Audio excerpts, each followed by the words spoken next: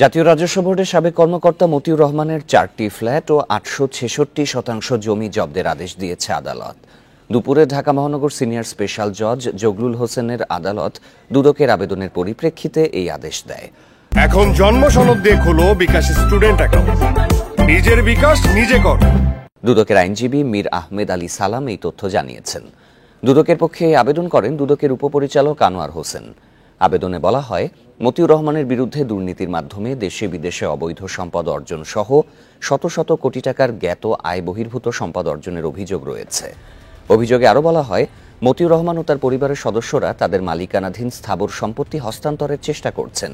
এতে অনুসন্ধানের ধারাবাহিকতা, মামলা দায়ের, আদালতে চার্জশিট দাখিল ব্যাহত হতে পারে।